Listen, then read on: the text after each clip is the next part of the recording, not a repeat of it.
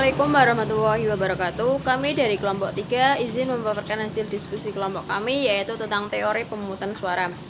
Adapun anggota kelompok kami yang pertama Fatimah Tusyara dengan NIM 411911, yang kedua ada Ramadhani Destiatur Rahmi dengan NIM 411922 dan Hamzah Aprikul Mukhtar dengan NIM 411023 dan Zakiratun Nisa dengan NIM 411032. Selanjutnya materi akan disampaikan oleh rekan saya. Perkenalkan, nama saya Zakiratun Nisa, NIM 411032. Izin menjelaskan atau memaparkan materi mengenai teori Wiesel. Teori Wiesel. Menurut Wiesel, cara pemungutan dengan suara mutlak 100% atau unanimous hanya akan sama dengan harga pada persaingan sempurna. Jadi menurut Wiesel, penentuan harga untuk barang publik ataupun barang swasta itu tidak dapat dilakukan dengan cara sistem pasar pada masyarakat yang jumlahnya besar, sehingga harus dilakukan dengan cara sistem pemungutan suara. Dan hanya sistem pemungutan suara dengan suara mutlak atau setuju dengan penuh 100% yang dapat menyamai hasil yang dapat dicapai melalui sistem harga untuk barang swasta. Kemudian dari pemaparan Wiesel sendiri itu, Wiesel itu menyadari bahwasanya apa yang ia katakan atau apa yang ia perbuat itu sebenarnya bisa mengganggu atau bisa menghambat berjalannya kegiatan perekonomian. Karena apa? Karena dari situ akan terjadi suatu kesulitan untuk memperoleh suara bulat dalam suatu pemungutan suara. Karena itu dari segi praktis ia sendiri mengusulkan cara yang kedua, cara yang relatif, yaitu relatif suara, di mana suara itu 55/6 suara yang menang. Mungkin itu saja pemaparan dari saya mengenai teori Wiesel. Selanjutnya akan dilanjutkan lagi oleh teman saya. Baik, saya Fatimah Tusyara, NIM 411911.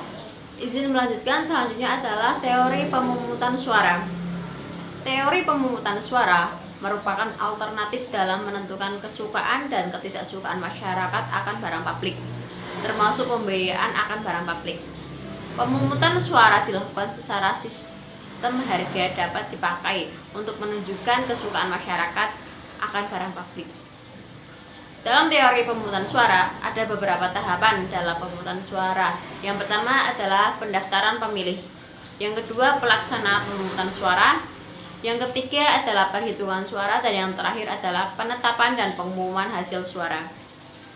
Secara teori, mengenai pemungutan suara atau voting, terdapat beberapa sistem yang umumnya dilakukan. Yang pertama adalah sistem aklamasi atau suara bulat.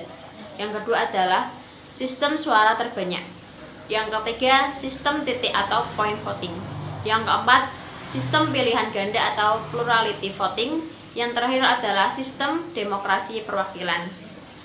Terima kasih. Selanjutnya akan dilanjutkan oleh rekan saya. Materi selanjutnya yaitu koalisi dalam pemungutan suara. Banyak proyek pemerintah yang dilakukan tidak sendiri-sendiri, tapi dalam satu paket terdiri dari beberapa proyek. Dalam koalisi pemungutan suara, yang pertama ada pertukaran suara atau log rolling. Dalam pemilihan suara untuk program tertentu secara paket, para pemilih dapat melakukan log rolling.